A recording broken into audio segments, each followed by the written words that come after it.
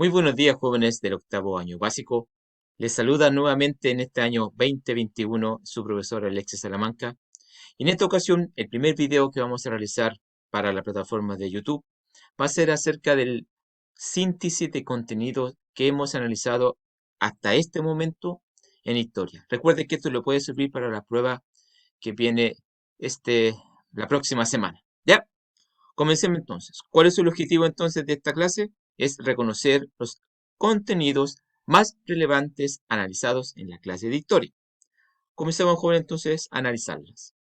Recuerden que estamos viendo efectivamente la idea principal de fines de la Edad Media, que es el siglo XIV, y los acontecimientos de la crisis que ocurrió durante este periodo.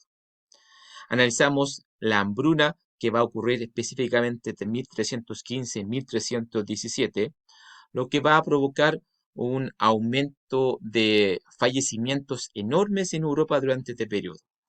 Les recuerdo que esto ocurrió debido a los grandes cambios climáticos que van a ocurrir en Europa durante este periodo, ¿ya?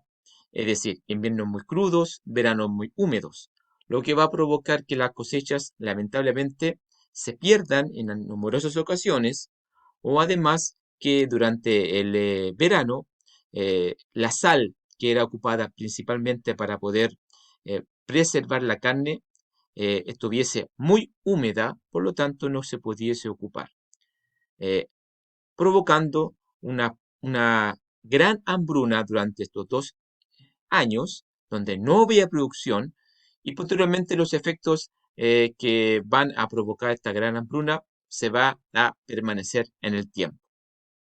Al mismo tiempo, o años después, va a comenzar lo que ustedes conocen como la peste negra.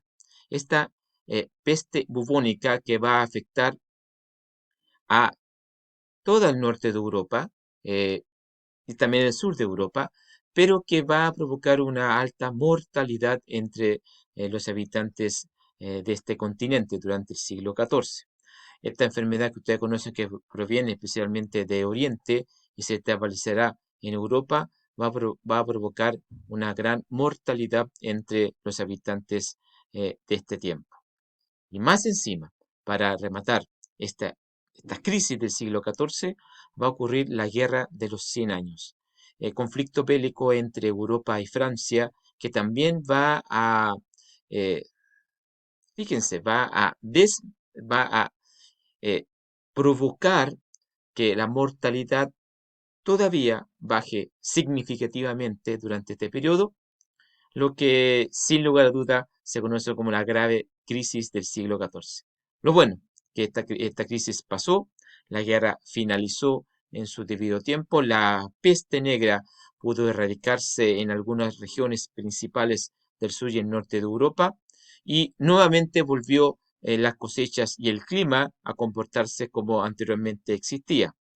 Por lo tanto, esto eh, va a renacer y se va a resurgir una nueva edad. Esta edad que ustedes conocen como la Edad Moderna. La Edad Moderna va entre el año 1453, con la caída de la ciudad de Constantinopla, o lo que ustedes conocían antiguamente como el Imperio Romano de Oriente, pero además, según muchos historiadores, la Edad Moderna también comienza con el descubrimiento de América en 1492. Es decir, estos dos conceptos pueden ser utilizados para poder vincular el inicio de la Edad Moderna. Y finaliza en 1789 con el comienzo de la Revolución Francesa. La Edad Moderna va a comenzar principalmente en Europa con un proceso y un movimiento intelectual muy importante que ustedes conocen como humanismo. ¿Qué es el humanismo? Es un movimiento intelectual, artístico e intelectual, que conlleva una admiración hacia la cultura greco-romana. Grecia y Roma se estaban redescubriendo. ¿Y por qué?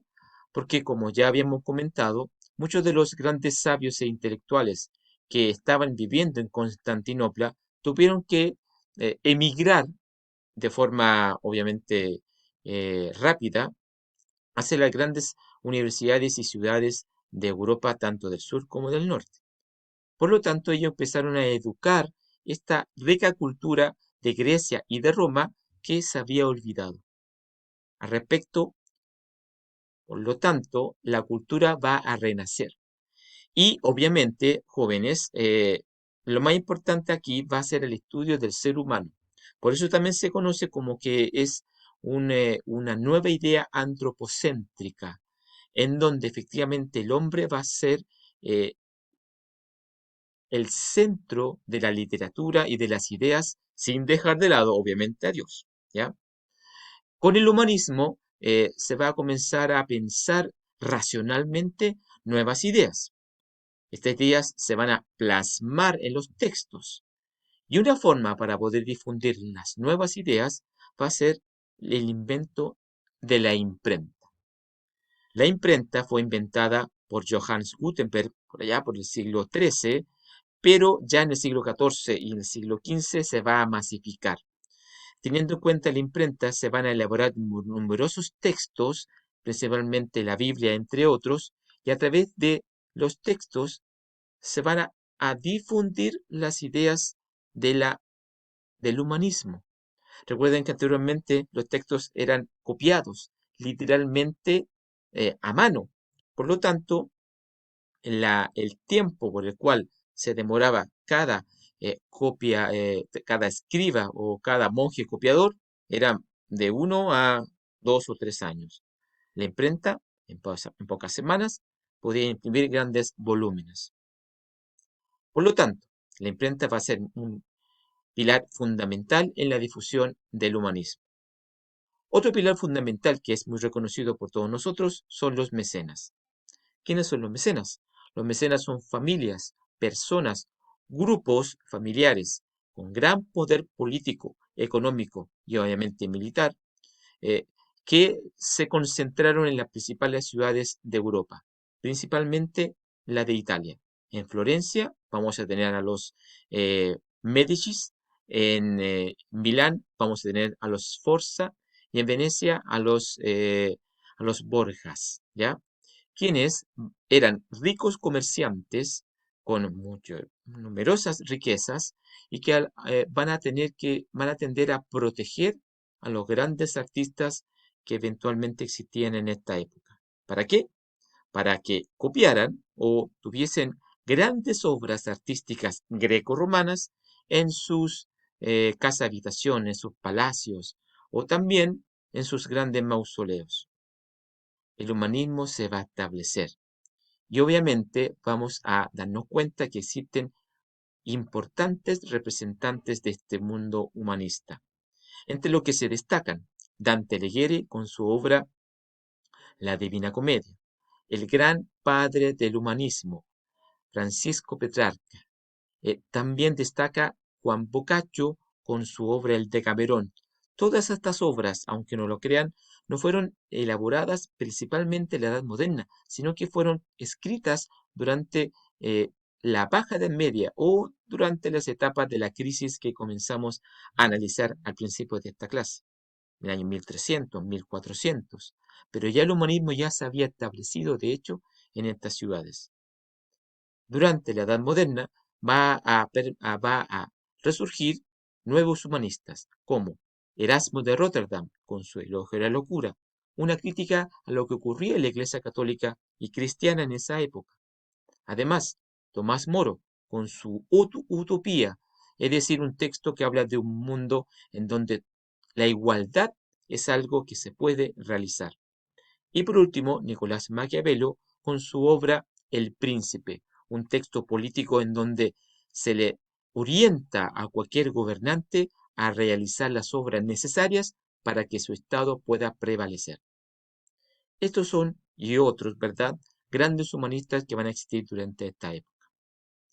Y el humanismo no solamente fue de esta forma, tenemos también literarios como William Shakespeare en Inglaterra o Miguel de Cervantes en España, que van a entregar una visión diferente del cambio de época desde el mundo medieval al mundo moderno. Además, tenemos que mencionar a el renacimiento artístico, que también va de la mano con el humanismo. Por lo tanto, acá lo más importante es que van a ser un nuevo tipo de hombre, de un nuevo tipo de artista. Este se conoce como el hombre integral. Anteriormente era el hombre cortesano en la Edad Media, pero ahora es el hombre integral. Es el hombre que conjuga todos los saberes y que, como buen artista, debe saber pintar, esculpir y también diseñar grandes obras arquitectónicas. Estos artistas, con sus obras, hasta el día de hoy son reconocidos a nivel internacional y nosotros tenemos que entenderlos en su justa medida. Por lo tanto, vamos a dar en cuenta a grandes obras como Sandro Botticelli con su Nacimiento de Venus. Tenemos también a Miguel Ángel Buonarroti con La Pietà, ¿verdad? Una escultura que demuestra el dolor de la Virgen María al poder recibir el cuerpo de Jesús ya lamentablemente fallecido. Ahí se nota la fuerza de esa imagen. Además tenemos a Leonardo da Vinci, considerado, ¿verdad?, el hombre integral por antonomasia, es decir, la persona que va a representar, sin lugar a duda, al hombre renacentista. Y también un gran pintor como es Rafael de Sanzio, que demuestra con sus pinturas la exquisitez y un elemento clave además, que es la elaboración y la creación del punto de fuga, es decir, la profundidad en las pinturas. Otro elemento importante que va de la mano también con el humanismo y el renacimiento artístico tiene que ver con el renacimiento científico. Sí, jóvenes, efectivamente, va a haber una nueva concepción del universo gracias a la elaboración de la teoría heliocentrista, realizada por Nicolás Copérnico, que durante su época postulaba que es el Sol el que está en el centro del universo y no la Tierra.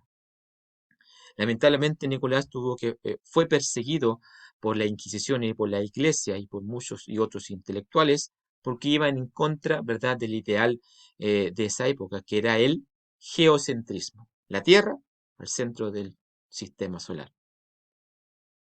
Galileo Galilei fue un científico que después de unos 80 o más años, a través de un método científico, pudo comprobar que el heliocentrismo existió.